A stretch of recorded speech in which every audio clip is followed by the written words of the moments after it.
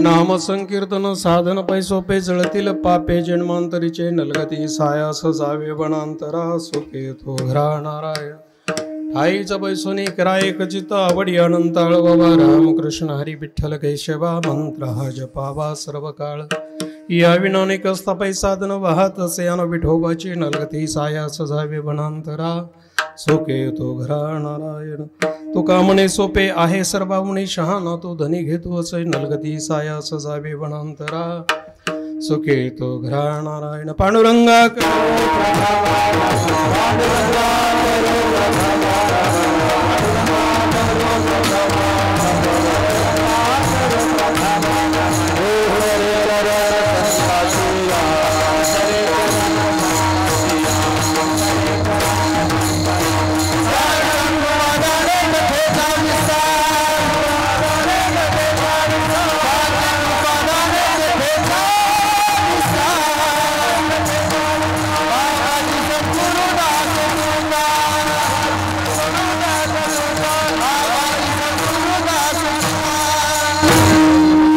प्रतिपाद्य जय जय स्वसंवेद्य आत्मरूपा देवा तुझी गणेशो सकलार्थमती प्रकाशो म्हणे निवृत्ती दासो अवधारे ओम नमो ज्ञानेश्वराय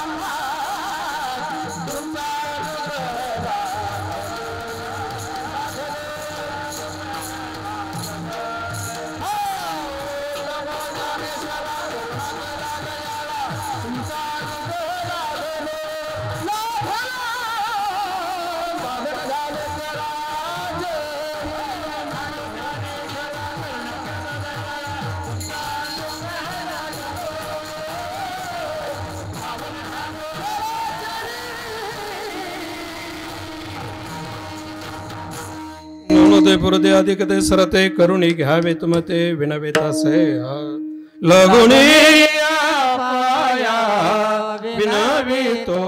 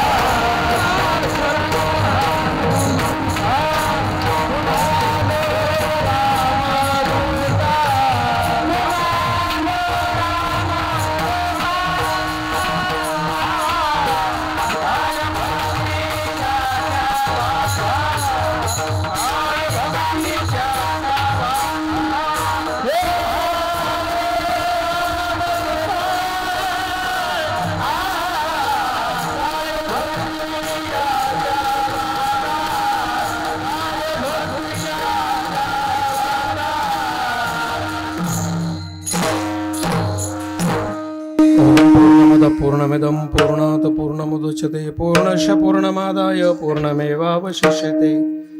वक्रतुंड महाकाय सूर्यकोटि समप्रभ निर्विघ्नं कुरु मे देव सर्वकार्येषु सर्वदा। मनोजवं मारुतुल्यवेगं जितेन्द्रियं बुद्धिमतः वृषभवादात्मजं वानरऋतुमुख्यं श्रीरामदूतं शरणं प्रपद्ये। सर्वमंगलमांगल्ये शिवे सर्वार्थसाधिके शरणत्र्यंबके गौरी नारायणे नमस्तुते। हरे ओम देवो शांतिरंतरिक्षं शांति पृथिवी शांतिरावा शांतिरोदय शांति वनस्पतयः शांतिर्विश्वे देवाः शांतिर्ब्रह्म शांति सर्वोत्तम शांति शांतिरेव शांतिः सामा शांतिरिति। हरि ओम तत्सत् ब्रह्मार्पणमस्तु। हरि ओम शांतो भव वरदो भव सुस्थिरो सुप्रतिष्ठो भव। हरे नमः हरे नमः हरे नमः। नाम संकीर्तन साधन पैसो पैजळतील पापे जन्मांतरीचे नलगती सायास जावे वनांतर सुखे तो घरा नारायण।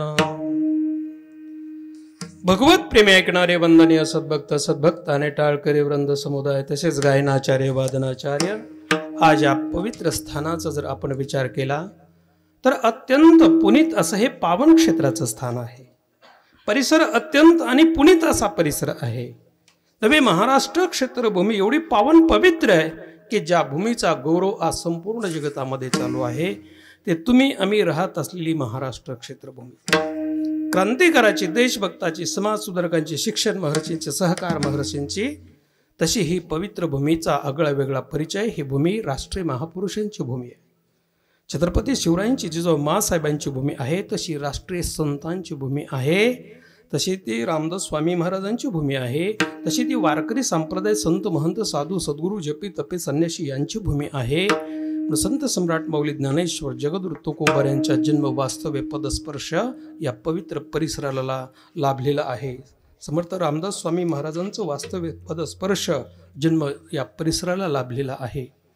ज्या सर्व संतांनी आपलं संपूर्ण जीवन या संप्रदायाला समर्पित करून या संप्रदायाच्या प्रचाराच्या कार्यातून जी सर्व समाज बांधवांना एकत्र आणून तळागाळामध्ये राहणारा वर्ग, डोंगरदऱ्यामध्ये राहणारा वर्ग, सर्व समाज बांधवांना या सर्व संत महंत सद्गुरूंनी या नाम संकीर्तन भक्ती साधनेच्या द्वारा सर्वांना एकत्र आणण्याची पारमार्थिक क्रांती घडून प्रत्येकाच्या मनाचं आध्यात्मिक परिवर्तन करून प्रत्येकाच्या मनामध्ये ज्याज्वल ईश्वरनिष्ठा, धर्मनिष्ठा, वेदनिष्ठा, समाजनिष्ठा, राष्ट्रनिष्ठा, व्यावसायिक निष्ठा आणि जीवन जगण्यासाठी समाज बांधवांना आवश्यक असणारे सर्व दैवी तत्व त्याचं प्रबोधन करून संत वाङ्मयाचा ज्ञान कर्मशक्तीचा संस्कार तुमच्या आमच्यापर्यंत पोहोचून समाजापर्यंत पोहोचून एक समाज जागृतीतून, धर्म जागृतीतून राष्ट्र जागं करण्याचं असं अलौकिक कार्य ज्या संतांनी केलं त्या संतांचा हा महाराष्ट्र, मराठवाडा हा परिसर विठ्ठला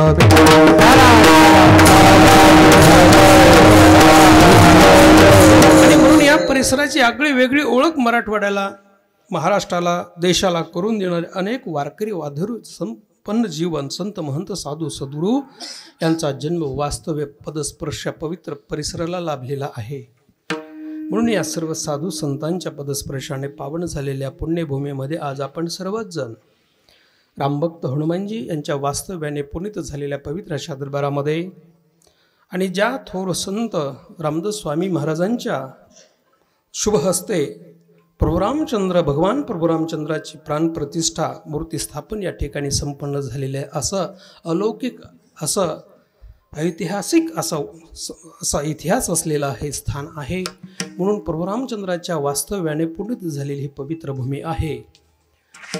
आणि ज्या संत महात्म्यांना आपण या नारदी कीर्तन उत्सवाच्या माध्यमातून, वारकरी संप्रदाय कीर्तन उत्सवाच्या माध्यमातून या सर्वश्रेष्ठ संप्रदायाच्या साधनेतून ज्या संत महात्म्यांना आपण आदरांजली श्रद्धांजली अर्पण करून या थोर संत महात्म्यांचे कृपाशीर्वाद प्राप्त करण्यासाठी असे आपले सर्वांचे सद्गुरू असलेले हरिभक्तीपरायण परमपूज्य गुरुवर्य स्तोत्रीय ब्रह्मनिष्ठ महान योगी महान तपस्वी असे भानुदास बाबा यांच्या वास्तव्याने पुनीत झालेल्या पवित्र अशा दरबारामध्ये सामाजिक, पारमार्थिक, राजकीय, सांस्कृतिक, आध्यात्मिक संत महंत साधू सद्गुरू या सर्वांची उपस्थिती, सर्वांचा सहभाग आणि सर्वांच्या आशीर्वादानं घडत असलेला हा अखंड हरिनाम महोत्सव विठ्ठला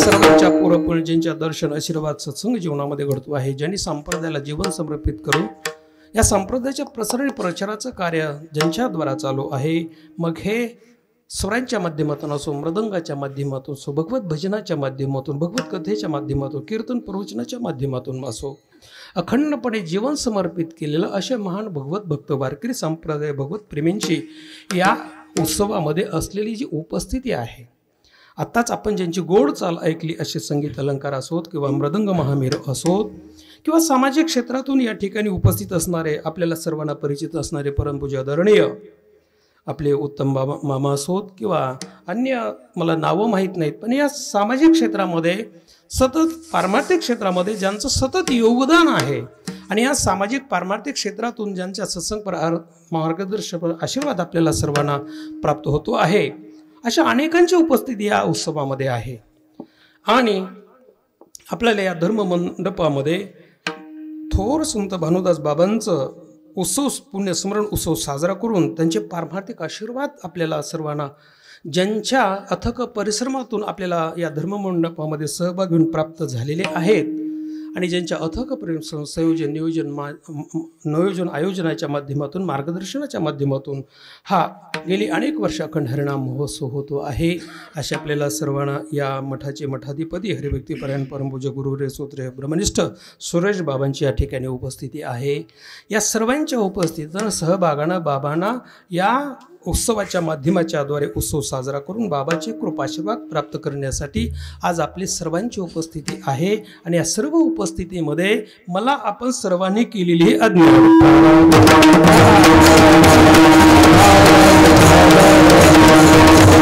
आणि म्हणून मी आज्ञेचं पालन म्हणून मी या ठिकाणी उभा आहे. सांगवणं शिकवण्याची वृत्ती माझ्या ठिकाणी मी कीर्तन किंवा प्रवचनकार भक्त नाही, सेवेके करावे सांगितले काम या न्यायाने मी या ठिकाणी उभा आहे. थोरांची आज्ञा पालन जर केली तर आशीर्वादाची प्राप्ती हे आज्ञेच्या पालनाचे सामर्थ्य आहे. आणि नाम संकीर्तनाच्या साधना ते वैश्विक कल्याणाच्या साधना आहे. म्हणून या साधनेमध्ये सहभागाची संधी, कारण हा परिसर अनेक संत महात्म्यांच्या पदस्पर्शाने वास्तव्याने पुनीत झालेला हा परिसर आहे. आणि म्हणून कायनं वाचनं मनानं तनानं धनानं हा परिसर आपण सर्वजण वारकरी संप्रदायावर नारदीय संप्रदायावर प्रेम करतो. अनेक सद्भक्तावर संत महंतावर आपलं सर्वांचं प्रेम आहे. आणि सर्व संत महात्म्यांचे या परिसर आपल्या सर्वावरचं प्रेम आणि थोर संत दादा मौली महाराजांचं या परिसर आपल्या सर्वावरचं प्रेम आणि त्या संत महात्म्यांच्या कृपाशीर्वादातून उजळले भाग्य आता अवघे चिंता या न्यायाने मला प्रभू रामचंद्रांच्या आणि भानुदास बाबांच्या दरबारामध्ये उपस्थित राहून त्यांचे आशीर्वाद प्राप्त करण्याची संधी प्राप्त झालेली आहे. म्हणून या ठिकाणी या उत्सवामध्ये मी सांगण्या शिकवण्याच्या वृत्तीतून उभा नाही, तर तुमचे दासीचा दास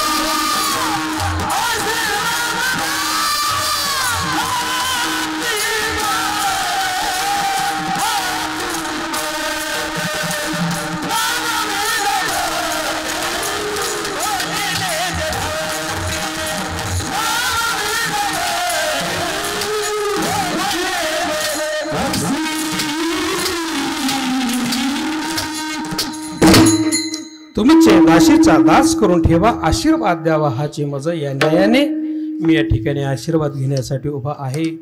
हे आहे संप्रदायातल्या अखंड हरिनाम महोत्सवातलं कीर्तन. कीर्तनाची वेळ लक्षात घेऊन आपल्याला आवडेल म्हणण्यापेक्षा ज्या पद्धतीने आणि मला जिथपर्यंत सेवा अर्पण करता येईल तिथपर्यंत माझा प्रयत्न असणार आहे. विठ्ठल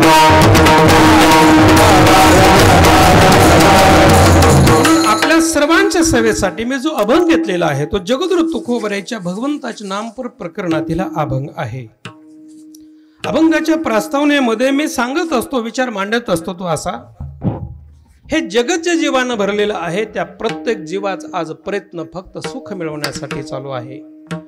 व्यावहारिक जीवनामध्ये तुमचा आमचा सर्वांचा प्रयत्न कशासाठी चालू आहे, तर आज सगळ्यांचा प्रयत्न फक्त सुख मिळवण्यासाठी चालू आहे. आणि सगळ्यांचा प्रयत्न सुख मिळवण्यासाठी असल्यामुळेच तुम्ही आम्ही केलेली वैयक्तिक जीवनामधले भौतिक प्रगती असो, सामाजिक जीवनातली भौतिक प्रगती असो किंवा जगानं केलेली भौतिक प्रगती असो, हा त्याचा भाग आहे. आणि या सगळ्या भौतिक प्रगतीची आज तुम्हाला सर्वांना गरज आहे. आणि म्हणून या भौतिक प्रगतीचं आपण स्वागत केलं पाहिजे. अणुतंत्रज्ञानाच्या विज्ञानाच्या प्रगतीचं आपण स्वागत केलं पाहिजे. औद्योगिक क्षेत्रामध्ये होत असलेल्या बदलाचं स्वागत केलं पाहिजे.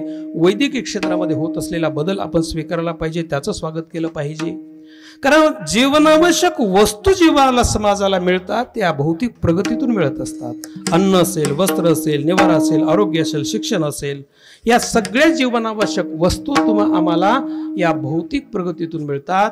आणि ज्या भौतिक प्रगतीच्या प्राप्तीतून या सगळ्या गोष्टी आम्हाला मिळतात, ज्या सगळ्यांचा जीवनातला अविभाज्य घटक आहे, सगळ्यांना आवश्यक असणारा भौतिक प्रगती म्हणजे जी वस्तू आहे ते आहे धन. आणि म्हणून भौतिक प्रगतीमध्ये प्रगती करत असताना धनाचं सुद्धा आपण स्वागत केलं पाहिजे. संत शास्त्र धनाबद्दल निषेध व्यक्त करत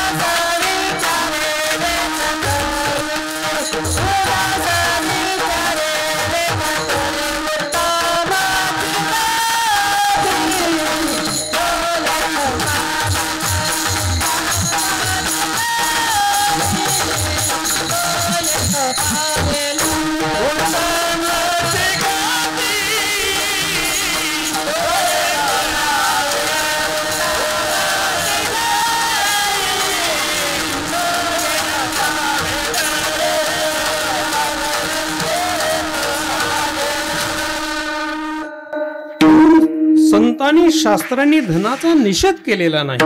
उलट जगद्गुरु तुकोबारे आम्हाला धन जोडायचं सांगतात. ते जोडावं धन कसं आणि जोडलेला धनाचा सदुपयोग कसा करावा याचं उत्तर महाराजांनी ते प्रमाण दिलं. जोडून या धन उत्तम व्यवहारे उदास विचार वेचकरी उत्तमाची गती तो एक पावेल उत्तम भोगील जीवखानी. नीतीला धरून धन कमवलं, धर्माला धरून धन कमवलं किंवा आहे त्या धनाचा समाजानं सदुपयोग केला, समाज उपयोगी आणलं, परमार्थामध्ये खर्च केलं, तर हे धन सुद्धा भगवत आनंद प्राप्त करून देणारं ठरतं समाजाला. आणि शास्त्रविरोधी आचरणानं अनितीने धन कमवलं, आहे त्या धनाचा समाजाने दुरुपयोग जर केला, हे दरविडी काडी सिगरेट मांसाहार तंबाखू सप्त व्यसनामध्ये घालवत जर बसलो आपण, तर हे धन समाजाला अधोगतीला सुद्धा घेऊन जाणारं ठरतं. म्हणून जेवढी गरज आज आम्हाला भौतिक प्रगतीची आहे, तेवढीच गरज आज झालेला जीवनामधला भौतिक बदल समाज उपयोगी पचवायचं जर असेल, तर या बदलाला संत विचाराच्या संस्काराची जोड असावी लागते. आणि म्हणून व्यवहारामध्ये आपण जीवन जगत असताना आधुनिक तंत्रज्ञानाच्या प्रगतीच्या विचाराच्या स्वागताबरोबर संत विचाराचं सुद्धा आपण स्वागत केलं पाहिजे नव्हे, दोन्हीच्या विचाराचा समन्वय घेऊन आपण व्यावहारिक जीवन जगलं पाहिजे. विठ्ठला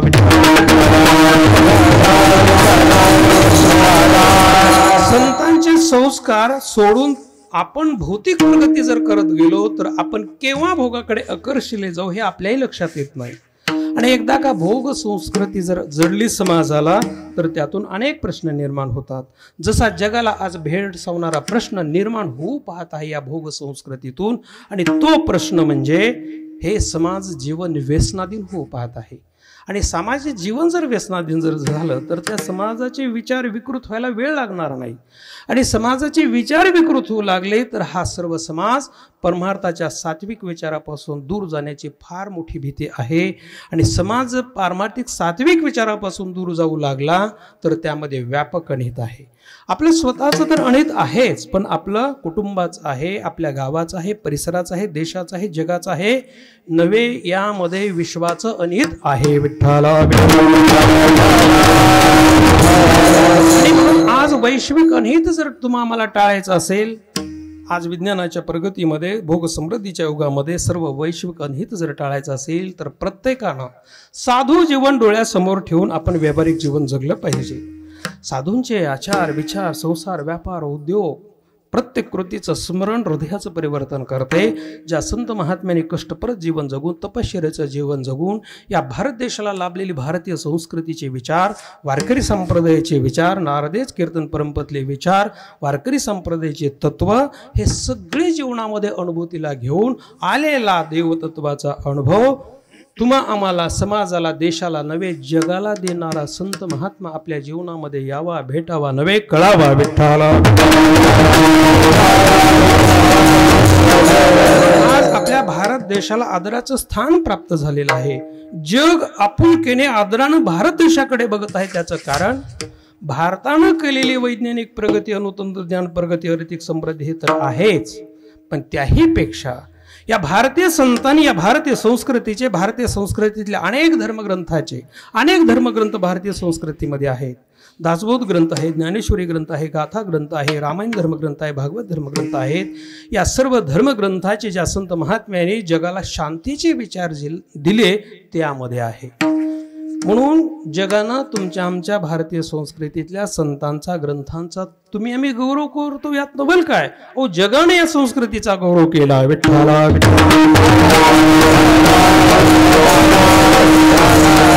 जगातल्या कुठल्याही धर्मपथाच्या मानवी जीवानं धर्मग्रंथ रामायणाच्या विचाराप्रमाणे जर जीवन जगलं तर त्याचं परम कल्याण आहे. तिथं लिंगभेद, वंशभेद, जातीभेद, देशभेद असा कुठलाही भेद नाही. म्हणून जगानं भारतीय संस्कृतीचा गौरव केला, कारण भारतीय संस्कृती ही वैश्विक संस्कृती आहे. भारतीय संत हे वैश्विक संत आहेत. भारतीय धर्मग्रंथ हे वैश्विक धर्मग्रंथ आहेत. आणि या सर्व धर्मग्रंथाच्या प्रबोधनाच्या ज्ञानाच्या विचाराची गरज तुम्हाला नव्हे, देशाला नव्हे, जगाला आहे. विठ्ठला जगाला ज्या धर्मग्रंथाच्या विचाराची गरज आहे त्या धर्मग्रंथाचं प्रभावीपणे प्रबोधन मार्गदर्शन ज्या माध्यमाच्या द्वारे जगतापर्यंत पोहोचतं ते प्रभावी साधन माध्यम जर कोणतं असेल तर आपल्या भारतीय संस्कृतीतला सर्वश्रेष्ठ आपण तुम्ही आम्ही साजरा करत असलेला हा अखंड हरिनाम महोत्सव आहे. विठ्ठला सर्वांनी मिळून सर्वांच्या सहभागानं आणि सर्वांच्या आशीर्वादानं हे सगळे महोत्सव आपण साजरे करायला हवेत. आज या महोत्सवाची जगताला गरज आहे. आणि मग सर्वांनी मिळून भारतीय संस्कृतीतले सर्वच उत्सव आपण सगळ्यांनी मिळून सर्वांच्या सहभागाने आणि सर्वांच्या आशीर्वादाने साजरे करायला हवेत. अनेक महोत्सव आहेत. संत महात्म्यांचे पुण्यस्मरण असो किंवा देवाची जयंती असो किंवा अन्य उत्सव असो, सर्वांनी मिळून सर्वांच्या सहभागाने आणि सर्वांच्या आशीर्वादाने मोठ्या गजरामध्ये मोठ्या व्यापक प्रमाणामध्ये आपण तुम्ही आम्ही साजरे करायला हवेत.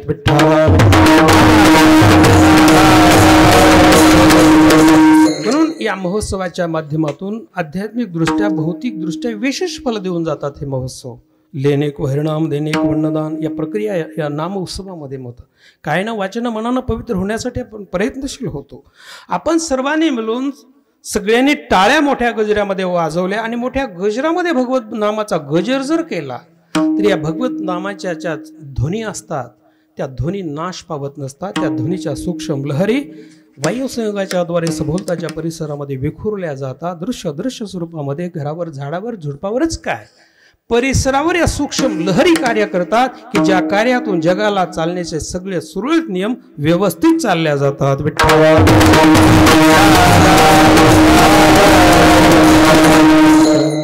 म्हणून ऐशे माझेनी नाम घोष नाही करीत विश्वाचे दुःखे उगे जगची महासुखे दुमदुमीत भरले मौली ज्ञानेश्वरीमध्ये प्रमाण देतात. जगाचं दुःख नाही सोतच सगळे सुखमय अशी अवस्था होते ज्या भगवत नामाच्या घोषाचा परिणाम आपण बघतो.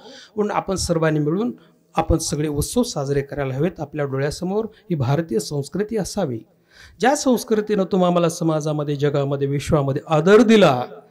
त्या संस्कृतीचा मूल पाया मात्र देव भव, पितृ देव भव, आचार्य देव भव, अतिथी देव भव. विठ्ठला व्यवहारामध्ये जीवन जगत असताना आपल्या डोळ्यासमोर हे सगळे असायला हवे. आई वडील, सद्गुरू, देव, धर्म, संत, देश, गोमाता हे आपल्या डोळ्यासमोर असायला हवे. भगवान परमात्म्याने 84 लक्ष जीवसृष्टी निर्माण केली. पण जीवसृष्टी 84 लक्ष जीवसृष्टी देवांनी निर्माण करून सुद्धा देवाला समाधान नाही झालं. देवाला समाधान कधी झालं तर देखोनी मनुष्य देहाशी सुख झाले भगवंताशी अधिकार ब्रह्मज्ञानास येणे देहेशी मतप्राप्ती. ज्या वेळेला मानवी देह प्राप्त झाला, मनुष्ययोनी प्राप्त झाल्यानंतरच देवाला समाधान झालेलं आहे. कारण इतर योनी ह्या भोग योनी आहेत. कर्तृत्व शक्तीचा परिचय हे या मानवी देहामध्ये आणि मनुष्ययोनीमध्ये. विठ्ठला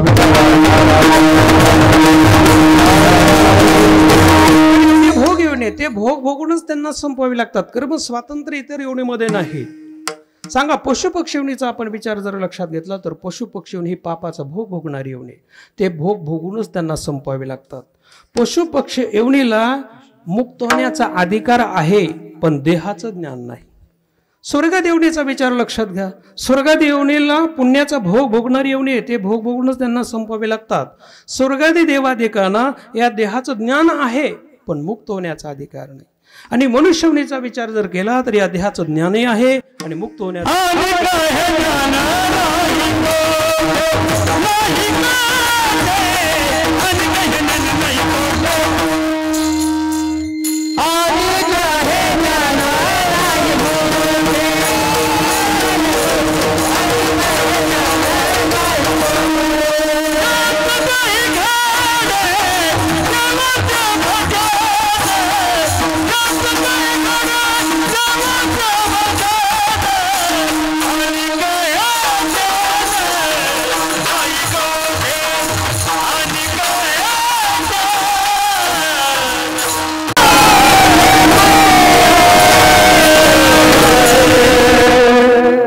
महाराजांनी सुंदर प्रमाण दिलं. हेची देही घडे देवाचे भजन आणि हे ज्ञान नाही कोठे. याच देहाच्या द्वारे भगवत भजन करता येतं. हे ज्ञान दुसरीकडे कुठेच नाही. आणि म्हणून या मनुष्ययोनीचं विशेषत्व आहे. जगातल्या सर्व धर्मग्रंथांनी मानवी देहाचं महत्त्व वर्णन केलेलं आहे ते यासाठीच आहे. आणि जगाने केलेल्या धर्मग्रंथां, जगामधल्या सर्व धर्मग्रंथांनी या मानवी देहाचं महत्त्व वर्णन केले आहे. आणि ही महत्त्व प्राप्त करण्यासाठीच हा परमार्थ आहे. अखंड हरिनाम महोत्सव आहे. बाबांचा कृपाशीर्वाद आहे. हे कीर्तन आहे. विठ्ठला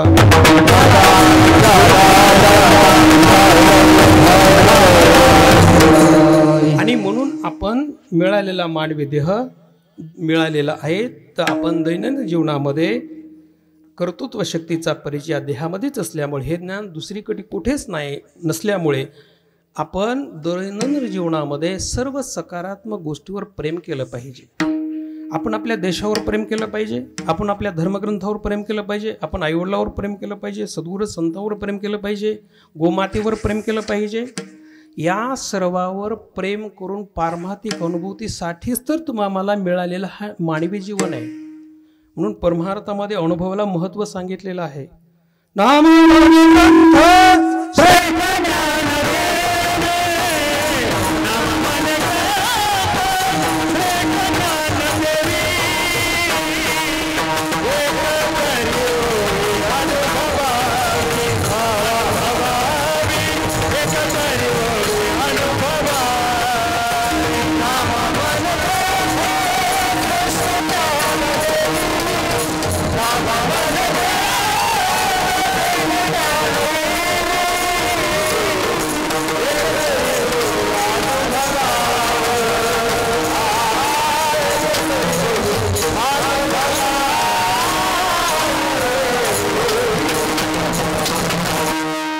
नामा म्हणे ग्रंथ श्रेष्ठ ज्ञान देवी एक तरी ओवी अनुभवावी. परमार्थ हा अनुभूतीचा परमार्थ आहे. मनुष्य नामदेव महाराज म्हणतात मनुष्य शरीर आश्रित जीवानं ज्ञानेश्वरी वाचावी, पाठांतर करावं, पारायण करावं, पण त्याही पेक्षा एखाद्या तरी ओवीचा अनुभव घ्यावा. म्हणून सर्व संतांनी अनुभवाबद्दल बोललेलं आहे की ज्या अनुभूतीमध्ये प्राप्त झालेल्या, ज्या पारमार्थिक अनुभूतीमध्ये प्राप्त झालेल्या मानवी जीवनाची परिपूर्ण अवस्था आहे, सार्थकता आहे. तुका म्हणे जन्मा आल्या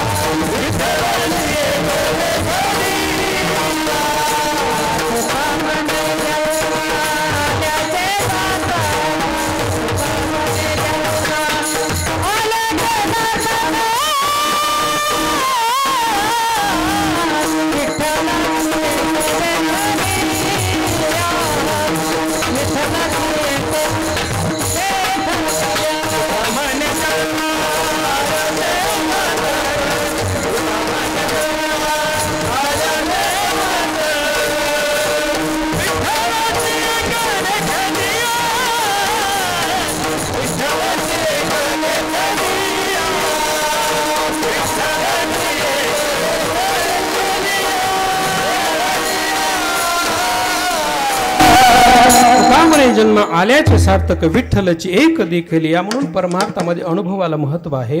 कारण परमार्थ सांगण्याचा नसतो, शिकवण्याचा नसतो, चर्चेचा नसतो, तर तो जीवाच्या अनुभूतीचा विषय आहे की ज्या अनुभूतीमध्ये प्राप्त झालेल्या मानवी जीवनाची परिपूर्ण अवस्था ही सार्थकता आहे.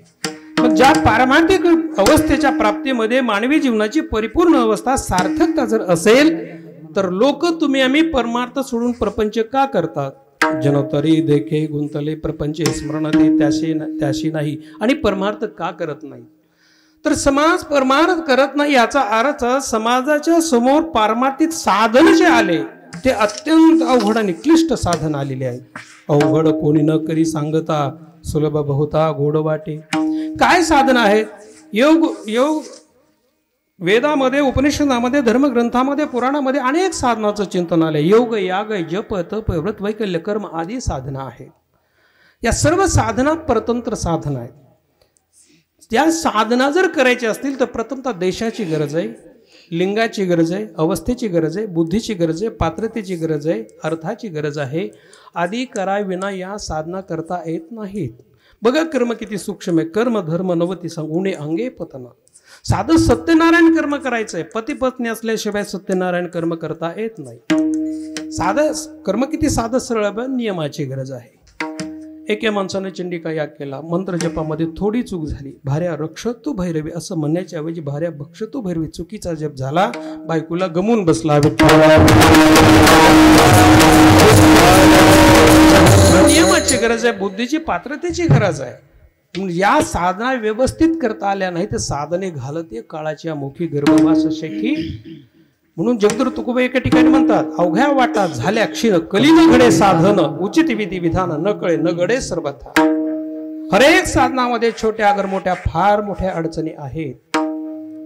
आणि या आलेल्या साधना समाजाला नाही समजल्या आणि समाजाकडून साधना जर करण्यात आल्या नाही तर त्या समाजाचा उद्धार कसा होणार आहे? एवढ्या क्लिष्ट साधना, एवढी अवघड साधना समजणार कशा? बरं करता येणार कशा? नाही केल्या तर समाजाचा उद्धार कसा होईल? म्हणून समाजाच्या उद्धाराच्या कळकळीच्या पोटी जगद्गुरु तुकोबाने एक साधन निवडलं. साधूंचं हृदय कसं असतं? ऐशी कळवळ्याची जाती करी लाभाविन प्रीती.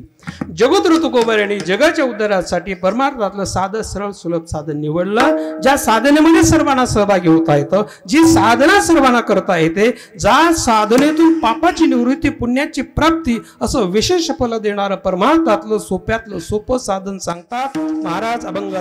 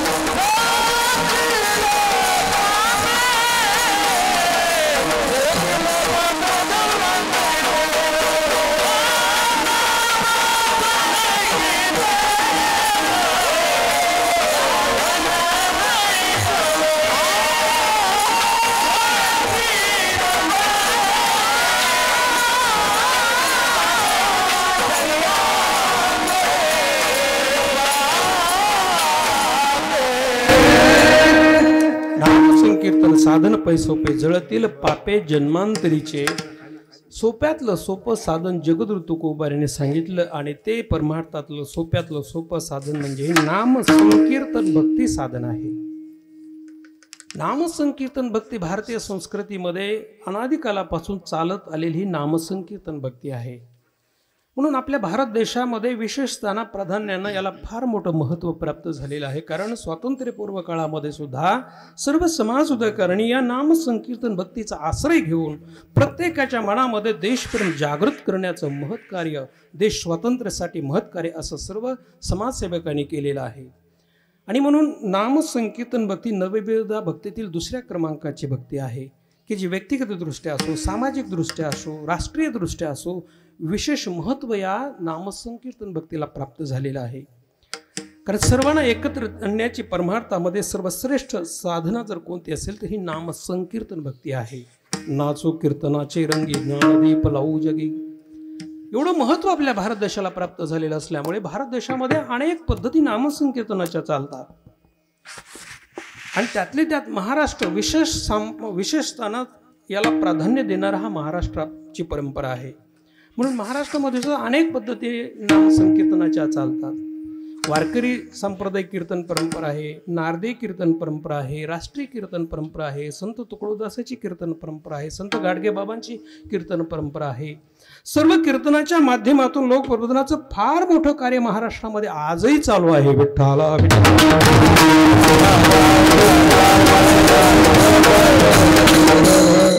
अन्य साधारण महत्व महाराष्ट्राला या कीर्तन परंपरेचं लाभलेलं आहे. याचं सर्व श्रेय या सर्व संत महात्म्यांना साधू सद्गुरूंना आहे. आणि म्हणून ही कीर्तनाची परंपरा अनादिकालापासून चालत आलेली आहे. कीर्तनाचे जसे वेगवेगळे प्रकार असतात तसे कीर्तनाचे विषय सुद्धा वेगवेगळे असू शकतात. ज्या कीर्तनामध्ये भगवान परमात्म्यांच्या लीलांचं वर्णन असतं त्याला लीला संकीर्तन असं म्हणतात. गैनते लीला चरित्र पवाडे राकेले सवंगडे सहित गाई. ज्या कीर्तनामध्ये भगवान परमात्म्यांच्या गुणांचं वर्णन असतं त्याला गुणसंकीर्तन असं म्हणतात. गुण गायनावडी हेची माझी सर्व जोडी. ज्या कीर्तनामध्ये संतांचा महिमा वर्णन असतो त्याला संत संकीर्तन असं म्हणतात. ज्या कीर्तनामध्ये भगवंताच्या स्वरूपाचा महिमा वर्णन असतो त्याला स्वरूप संकीर्तन असं म्हणतात. ज्या कीर्तनामध्ये धर्माचा महिमा वर्णन असतो त्याला धर्म संकीर्तन म्हणतात. किंबहुना तुमचे केले धर्म कीर्तन सिद्ध तेथ माझे जे उरले पाहिकपणा.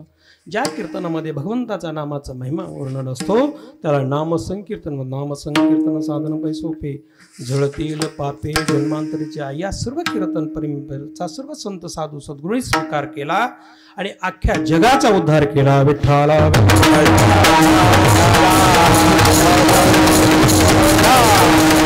संत महात्म्यांनी साधू सद्गुरूंनी या नामसंकीर्तन भक्ती साधनेचा अन्य कीर्तन परंपरेचा स्वीकार केला, जगाचा उद्धार केला. याचा अर्थ या सगळ्या साधू वर्गांना संत महात्म्यांना इतर पारमार्थिक साधना माहीत नव्हत्या का?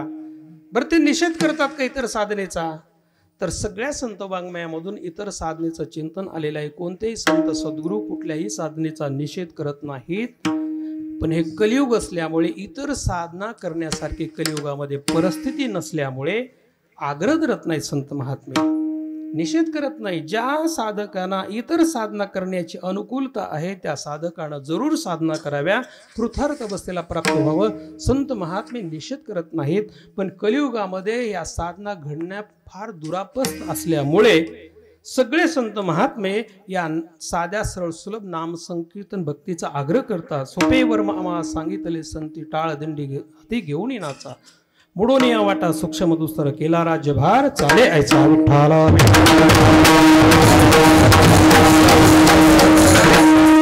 इतर साधना करण्यासारखी परिस्थिती नाही. कारण साधना छोटी मोठी जरी असली तरी त्याला नियम लागत असतो. साधं आपल्याला स्नान करण्याचं पुण्य हवंय.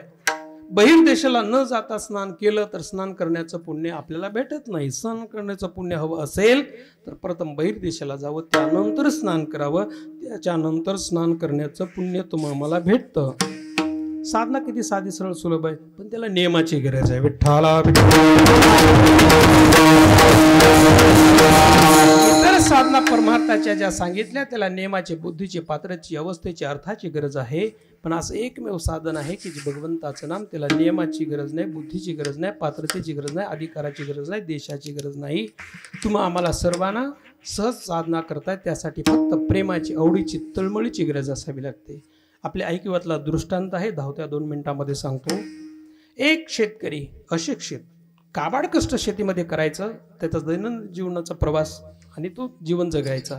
पण कर्मधर्म संयोगाने त्याच्या जीवनामध्ये कीर्तन ऐकायचा योग आला आणि कीर्तन ऐकल्यानंतर तो अशिक्षित असल्यामुळे कीर्तनकार महाराजांचं कीर्तन सगळं डोक्यावरून गेलं, काही कळालं नाही. फक्त एक वेळ लक्षात राहिली, गहिनी प्रसादी निवृत्ती दातार ज्ञानदेव सारच अजोविले.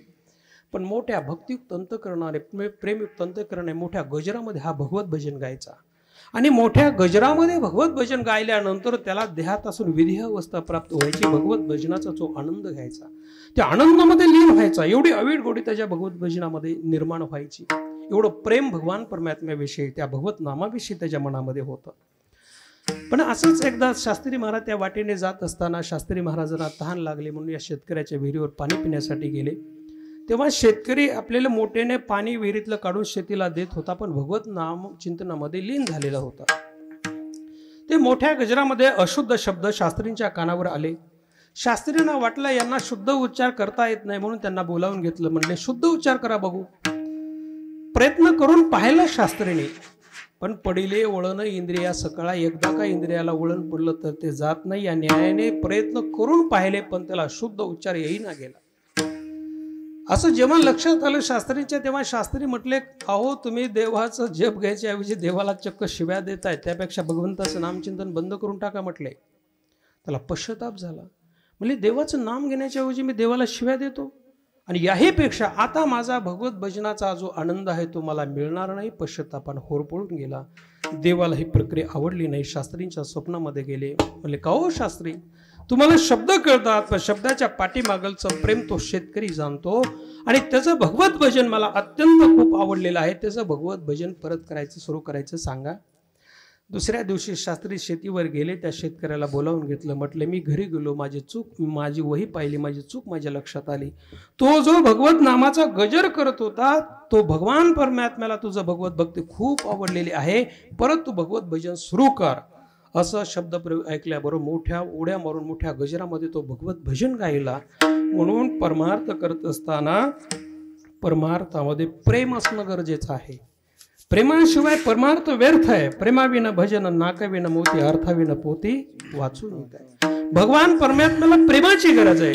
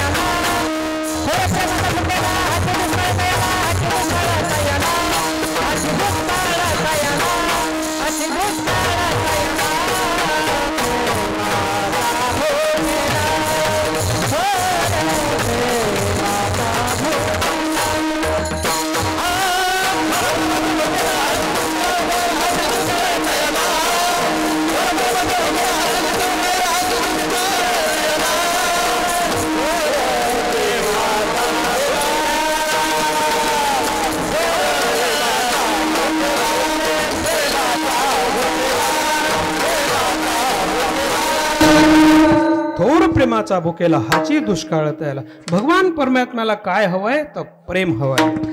म्हणून भगवान परमात्म्याला तुम्ही प्रेमाशिवाय काही द्या तो स्वीकारित नाही. आणि तुम्ही भगवान परमात्म्याला प्रेमाने काही पण तो स्वीकारल्याशिवाय राहत नाही. मग ते अबद्ध वेड वाकड भगवंताचं नाम का असाना विठ्ठला.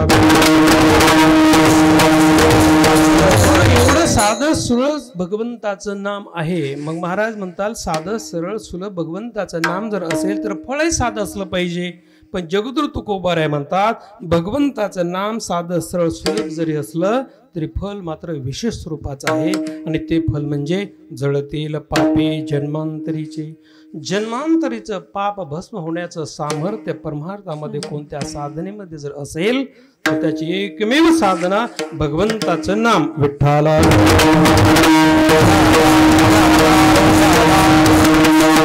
कारण पापामुळे तुम्हाला दुःख होतं आणि पुण्यामुळे सुख भोगतो. ज्ञानामुळे मोक्ष मिळतो, अज्ञानामुळे जीवनाला बंधनामध्ये पडावं लागतं. अज्ञानामुळे तुमचा आमचा जन्मच मुळात पापातून आहे. जन्मायने घडे पातकाची मुळ, संचिताचे फळ आपुलिया. म्हणून जन्मताना दुःख तुम्हाला होतो. जन्मताना किती दुःख होतो धर्मग्रंथामध्ये अनेक प्रमाणात देता येतील. काय सांगू आता, गर्भीच्या मज भोगिता नारायण 9 महिने 9 दिवस आईच्या उदरामध्ये जीवाला अपरमित दुःख भोगावं लागतं. जन्माचं जसं दुःख आहे तसं मरते समय सुद्धा तुम्हाला दुःख होतं. मरते समयी जीवाला किती दुःख होतं याचं उत्तर संत वाङ्मय देतं. त्याचं उत्तर याच्यामध्ये आहे, आपल्या अंगावर तुमच्या आमच्या अंगावर 3.5 कोटी केस आहे. जन्मताना जीवाला किती दुःख होतं याचं उत्तर याच्यामध्ये आहे. एका केसाच्या मुळाशी 100 विंचवानं दंश केल्याच्या ज्या संवेदना आहेत, एका केसाच्या मुळाशी 100 विंचवानं दंश केल्याच्या ज्या संवेदना आहेत, मग 3.5 कोटी केसाच्या मुळाशी किती संवेदना होतील याचं गणित सोडवा. एवढं दुःख जीवाला मरते समय होतं. जन्मताना दुःख आहे, मरताना दुःख आहे आणि जन्म मृत्यू याच्या मधला काळ त्याला आपण संसार असं म्हणतो. अनेक दुःखे सांगू किती सकळ संसाराची स्थिती. आध्यात्मिक दुःख आहे, अधिदैविक दुःख आहे, अधिभौतिक दुःख आहे. ज्या पापामुळे हे दुःख भोगावं लागतं त्या पापाचे अनंत प्रकार आहेत. सामान्य पाप आहे, मध्यम पाप आहे, उच्च पाप आहे. सामान्य पाप कशाला म्हणावं? समाजाला परमार्थाची आवड नसणं हे सामान्य पापाचं लक्षण आहे. भगवंताचं नाम न आवडणं तुम्हाला सामान्य पापाचं लक्षण आहे. प्रमाण आहे, नामाचे विन्मुख तो नर पापी हरविन धावया. आग लावणे, विष घालणे, क्षत्र उठले, परस्ती पळवणे या सगळ्यांना सहकार्य करणे हे मध्यम स्वरूपाचं पाप. निरापराध प्राण्यांना मारायचं, ब्राह्मणदेवांना मारायचं, दारू प्यायची, गुरुद्वारा गमन करायची या सगळ्यांना सहकार्य हे उच्च पाप आहे. काही सामाजिक पाप सांगितले, तत्वविरहित राजकारण, त्यागविरहित पूजा, नीतिविरहित व्यापार, सत्सद्बुद्धीविरहित भोग घ्यायचा, मानवताविरहित विज्ञानाची प्रगती करायची. धर्मग्रंथामध्ये अनेक पापाचे प्रकार सांगितले. काही शरीरातून घडणारे पाप आहेत त्याला कायिक पाप असं म्हणतो. दिल्याशिवाय घ्यायचं, हिंसा करायची, परदारा सेवन करायचं. काही वाचिक पाप आहेत, असंबंध बोलायचं, शिवाय द्यायच्या, परमार्थाची साधू संतांची टिंगलटवाळी करायची, हे वाचिक पाप आहे. काही मानसिक पाप आहेत, दिल्याशिवाय दुसऱ्याच्या धनाचं चिंतन करायचं, अहित चिंतायचं, हे मानसिक पाप आहे. जोपर्यंत तुमच्या व्यक्तिगत जीवनातले पाप जात नाहीत किंवा सामाजिक जीवनातले पाप जात नाहीत, या जन्माचे पाप जात नाहीत, पूर्वजन्मकृत पाप जात नाहीत, तोपर्यंत खऱ्या अर्थानं तुम्ही आम्ही किंवा समाज जीवन सुखी होणार नाही. आणि म्हणून जगद्गुरु तुकोबाराय म्हणतात, तुमच्या व्यक्तिगत जीवनातलं पाप असो, सामाजिक जीवनातलं पाप असो, या जन्मातलं पाप असो, पूर्वजन्मकृत पाप असो, निषिद्ध कर्माचं पाप असो, ते सगळे पाप नाहीस होण्याचं सामर्थ्य परमार्थाच्या कोणत्या साधनेमध्ये जरी असेल तर त्याची एकच साधन आहे आणि ती म्हणजे नाम संकीर्तन भक्ती. हे साधन असल्यामुळे महाराज म्हणतात, नाम संकीर्तन साधन पै सोपे, जळतील पापे जन्मांतरीचे विठ्ठला विठ्ठला.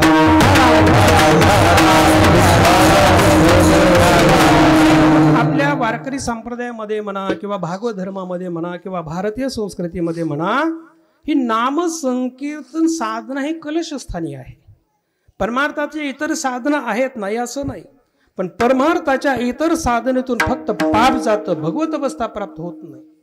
पण नाम संकीर्तन भक्ती साधनेचं सामर्थ्य जर पाहिलं तर समूळ पाप जातं आणि भगवत अवस्था प्राप्त होते, आणि तेही विनासायास अभंगाचं दुसरं चरण.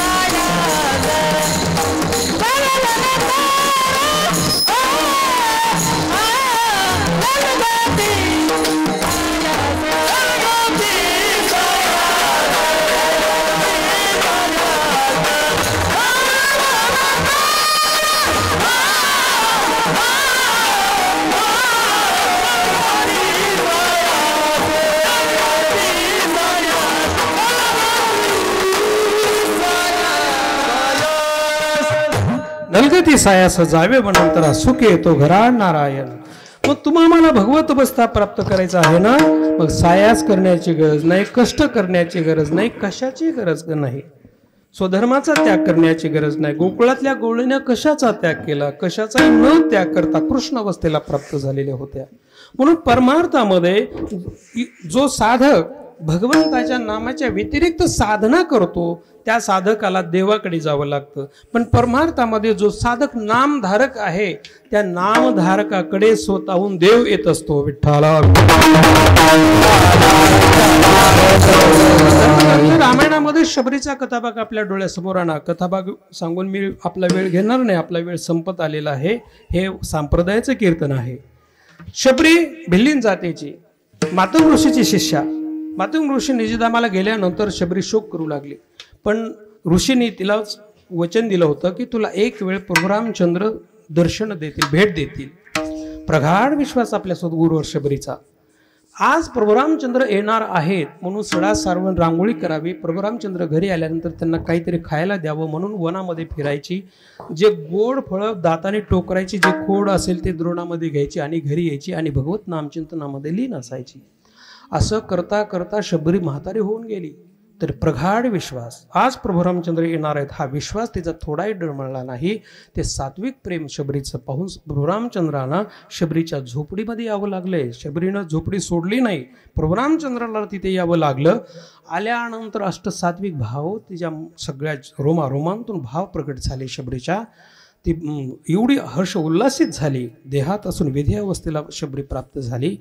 प्रभू रामचंद्राचं स्वागत सुद्धा करायची ती विसरून गेली. एवढा आनंद तिच्या मनामध्ये दाटत होता. आणि प्रभू रामचंद्र बसल्यानंतर तिने जे बोरं आणलेले होते द्रोणामध्ये प्रभू रामचंद्राला खाण्यासाठी ते सुद्धा विसरले देण्यासाठी शेवटी प्रभू रामचंद्रांना तिला स्मरण करून द्यावं लागलं. म्हणजे काहीतरी खायला मिळेल काही ते. शबरी म्हटले मी तुमच्यासाठीच हे आणलेले आहेत. द्रोण ठेवला बोराचा. प्रभू रामचंद्र खाऊ लागले. प्रभू रामचंद्र म्हटले हे पक्षाचे न टोकरलेले दिसत आहेत हे बोरं. शबरी म्हणली हे पक्षानं टोकरलेले नाहीत, मी माझ्या दातानं टोकरले, जे गोड आहेत ते ठेवलेले आहेत. असं शब्दप्रयोग शबरीच्या ऐकल्याबरोबर प्रभू रामचंद्र मोठ्या आनंदाने ते खाऊ लागले. बाजूला लक्ष्मण बसले होते आणि लक्ष्मणाला एक द्रोण दिला. लक्ष्मण मनात म्हणतात शबरीचा अवतार बघितला ते बोर खाऊ कसे वाटतील, मी मात्र खाणार नाही. शबरीचं प्रेम लक्ष्मण जाणू शकले नाहीत. द्रोण बाजूला सारला लक्ष्मणानं. आणि आपल्याला सर्वांना कथाभाग रामायण ऐकणारे आपण सर्वजण आहात.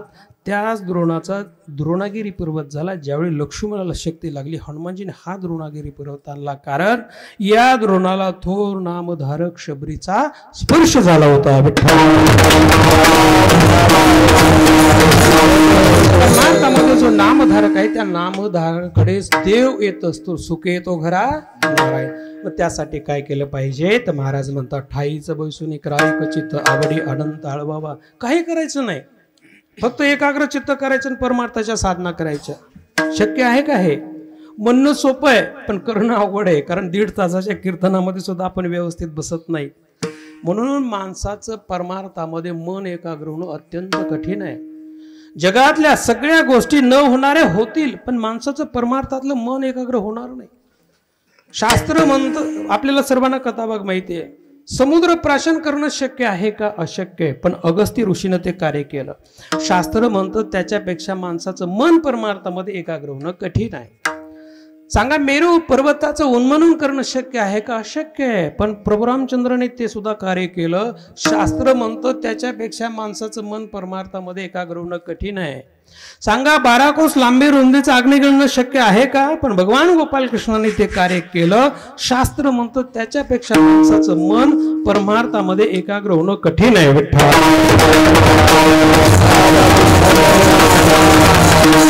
भूत वर्तमान स्थितीचा विचार जर केला तर अत्यंत विज्ञानाच्या प्रगतीच्या आर्थिक भोग समृद्धीच्या युगामध्ये माणसाचं मन एकाग्र होणं अत्यंत कठीण आहे। ज्याच्याकडे सत्ता आहे, ज्याच्याकडे संपत्ती आहे, ज्याच्याकडे तारुण्य आहे, असा त्रिवेणी संगम ज्याच्या जीवनामध्ये आला त्या माणसाचा पारमार्थिक विवेक जागत राहणं अत्यंत कठीण आहे। आपण परमार्थ करतो नाही असं नाही, पण तुमचा आमचा परमार्थ शरीराने चालू आहे, मनाने कुठे आहे? भगवंताचं नाम आपण गातो, पण आपलं तुमचं आमचं भगवंताचं नाम शरीराने चालू आहे। नाम घेता वैखरी चित्त धावे विषयावरी, हे तुमचा आमचा परमार्थ आहे बेटा।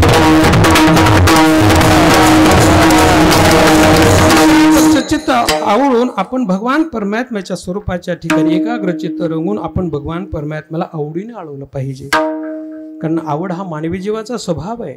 जगातल्या एकही मनुष्य असा तुम्हाला शोधूनही सापडणार नाही की त्याला आवड नाही असे नाही। आवडीचे प्रत्येकाचे विषय वेगवेगळे असू शकतात, पण आवडच नाही असा माणूस तुम्हाला शोधून सापडणार नाही। म्हणून धर्मग्रंथामध्ये सुद्धा आवडीचे प्रकार सांगितले। डोळ्याची आवड सांगितली, मनाची आवड सांगितली, जीवाची आवड सांगितली।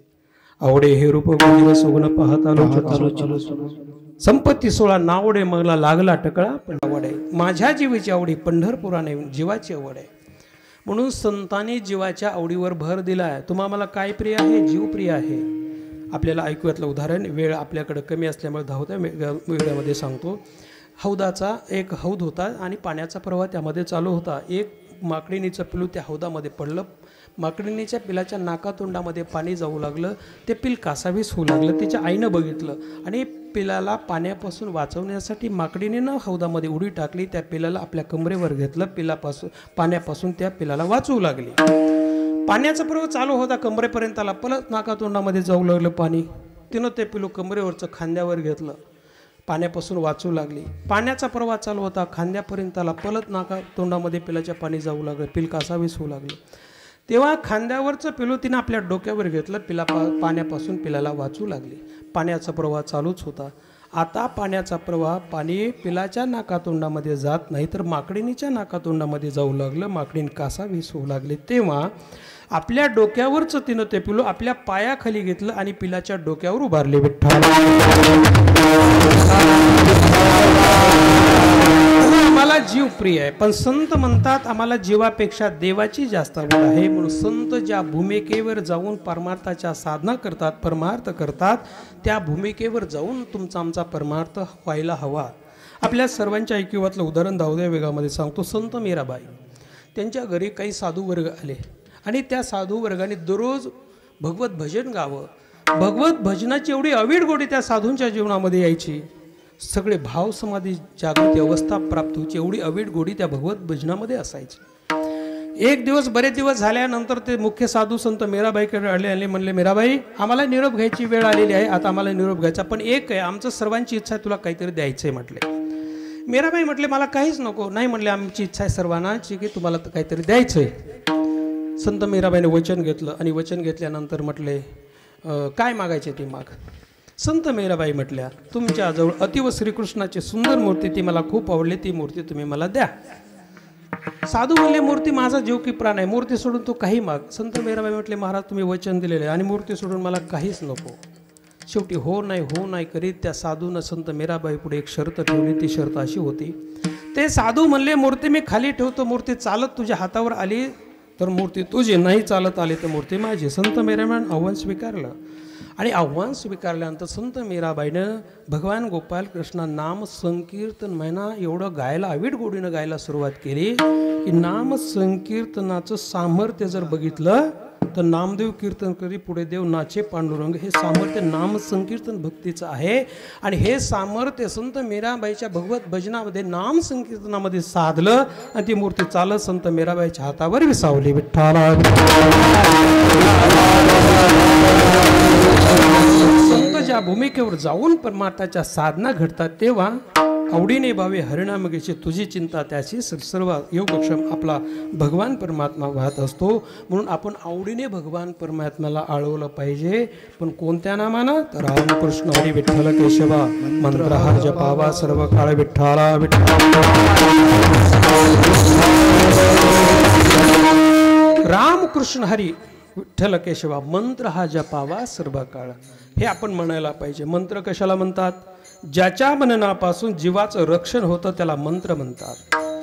7 कोटी मंत्र सांगितले धर्मग्रंथामध्ये, पण मंत्र प्रथम सिद्ध करावा लागतो आणि सिद्ध केलेला मंत्र समाजामध्ये चालतो, न सिद्ध केलेला मंत्र समाजामध्ये चालत नाही. काही सिद्ध मंत्र आहेत, काही सुसिद्ध मंत्र आहेत, काही साध्य मंत्र आहेत, पण मंत्र सिद्ध करणं एवढी सोपी गोष्ट नाही. मंत्र चढे थोडाची धडचे होय वेडा, एवढी अवघड प्रक्रिया मंत्र सिद्ध करणं. पण या ठिकाणी जगद्गुरु तुकोबाने जो मंत्र सांगतात तो सर्वश्रेष्ठ मंत्र आहे का? या मंत्रामध्ये फार मोठं सामर्थ्य आहे, कारण भगवंताच्या नामाचा उल्लेख आहे. रामकृष्ण हरी, आपण राम शब्द उच्चारला, आपण उच्चाराबरोबर आपलं सगळं पाप बाहेर जातं. मग उच्चाराबरोबर गेलेलं बाहेरचं पाप परत येत नाही. ही चमत्कृती राम शब्दामध्ये. प्रत्येक भगवंताचं नाम हे बीज धातूमध्ये असतं. त्या बीज धातूमध्ये त्या भगवत अंशाची अंशात्मक शक्ती त्या बीज धातूमध्ये साठवलेली असते.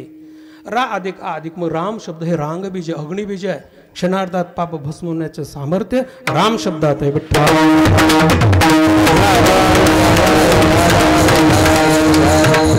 राम कृष्ण आनंदवाचक सत्तावाचक शब्द आहे. राम कृष्ण हरी, हरीचं वन सगळीकडे. आपण भजनाची सुरुवात करतो त्यामध्ये हरीचा उल्लेख येतो. रामकृष्ण हरी, त्यामध्ये हरीचा उल्लेख आहे. कलीच्या तडाख्यातून उत्तीर्ण होण्यासाठी जी हिरण्यगर्भाजीने ऋचा सांगितली, त्या ऋचेमध्ये सुद्धा भगवंताच्या नामाचा उल्लेख येतो. हरीचं किती सामर्थ्य बघा. मौलीने ओम अक्षराची सुरुवात केली ज्ञानेश्वरीने. ओम नमोजी आद्या वेद प्रतिपाद्या जय जय स्वसंवेद्य आत्मरूपा. ओमचं सामर्थ्य बघितलं तर ओम इत्यक्षरम ब्रह्म असं म्हणतात. एवढं सामर्थ्य ओम शब्दामध्ये. ब्रह्म विष्णू महेश परिवर्तन ओम शब्द आहे. उत्पत्ती स्थिती लय म्हणजे ओम अक्षर आहे. सृष्टीच्या अगोदर ओम अक्षर आहे. पण ओमच्याही अगोदर भगवत नामाचं संबोधन ज्या नामानं होतं ते हरिनाम आहे. म्हणून व्यवहारामध्ये आपण ओम हरी असं म्हणत नाहीत, हरी ही ओम म्हणतो. कारण हरी हरी हे वेदाचे बीज हरिहरी अक्षर. एवढं सामर्थ्य हरी शब्दाचं आहे. हरीची उत्पत्ती रूह धातूपासून होते. रूह म्हणजे हरण करणे. नामधारकाचा अधिक अंशामध्ये दुःख हरण करण्याची शक्ती कोणत्या नामामध्ये असेल तर ते हरिनाम आहे. विठ्ठला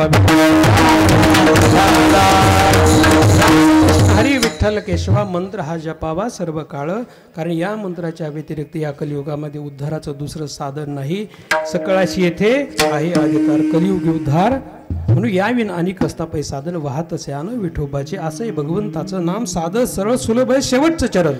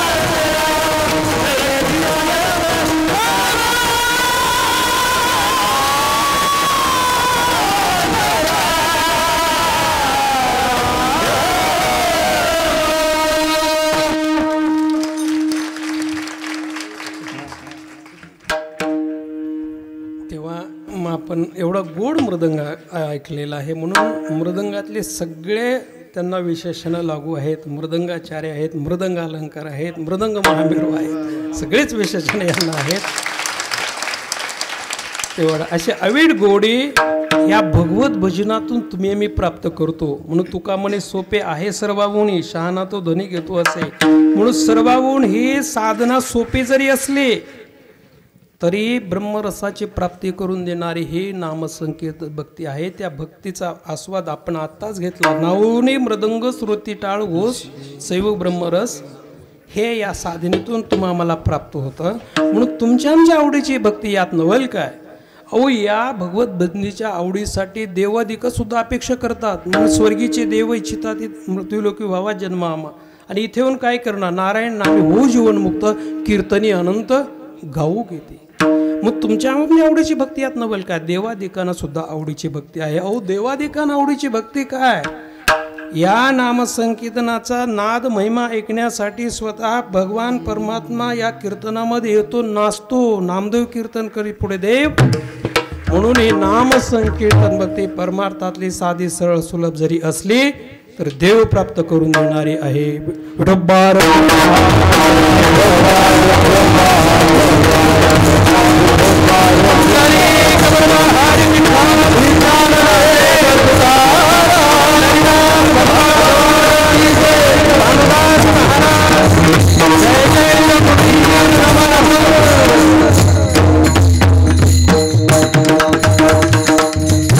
मी 1 मिनिटात सेवा समाप्त करणार आहे. कारण उशिरा सुरू जरी झालेली असली तरी आपल्याला वेळेत करे. हे संप्रदायातलं उत्सवातलं कीर्तन आहे.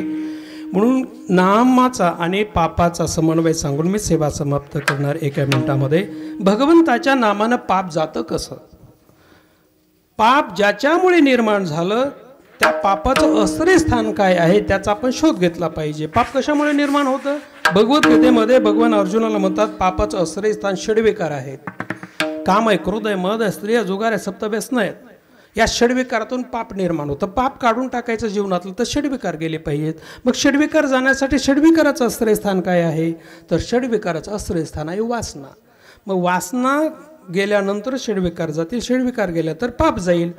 मग पाप घालवायचं तर षड्विकार गेले पाहिजे. षड्विकार घालवायसाठी वासनेची निवृत्ती व्हायला पाहिजे. मग वासना घालवायची जर असेल तर वासनेचं आश्रयस्थान काय आहे त्याचा शोध घेतला पाहिजे. आणि वासनेचं आश्रयस्थान आहे सप्तपाश. मायापाश, मोहपाश, दारापाश, जन्मपाश, कर्मपाश. या 7 पाशातून वासना निर्माण होते. वासनेतून षड्विकार निर्माण होतात. षड्विकारातून पाप निर्माण होतं. पाप घालवायचं असेल तर षड्विकार गेले पाहिजे. षड्विकार गेले पाहिजे तर वासना गेली पाहिजे. आणि वासना घालवायचं झाल्यानंतर वासनेचे निवृत्तीचं साधन हा जीव सप्तपाश बंध निर्मुक्त जर करायचं असेल तर सप्तपाशाच्या निवृत्ती व्हायला पाहिजे. सप्तपाशाच्या निवृत्तीनं वासनेची निवृत्ती, वासनेची निवृत्तीनं षड्विकाराची निवृत्ती, षड्विकाराची निवृत्ती पापाची निवृत्ती आहे. म्हणून जीव सप्तपाश बंध निर्मुक्त करायचं जर असेल तर या 7 पाशाच्या निवृत्ती झाली पाहिजे. आणि या 7 पाशाच्या निवृत्तीचं साधन जर कोणतं असेल तर ते भगवंताचं नाम आहे. म्हणून जीव सप्तपाश बंध निर्मुक्त जर करायचे असेल तर योग याग परत वैकल्य आदी साधन होत नाही. त्याच्या निवृत्तीचं एकच साधन आहे 7 पाशाची निवृत्ती. राम नामे करी मारुती, येथे एरांची न चले युक्ती, शास्त्र उत्पत्तीशी नती. भगवंताचं नाम हेच असल्यामुळे महाराज या अभंगाच्या द्वारे म्हणतात, नाम संकीर्तन साधन पैसोपे, जळतील पापे जन्मांतरीचे नलगती, सायास जावे बनांतरा, सुखे येतो घरा. ज्ञानेश्वर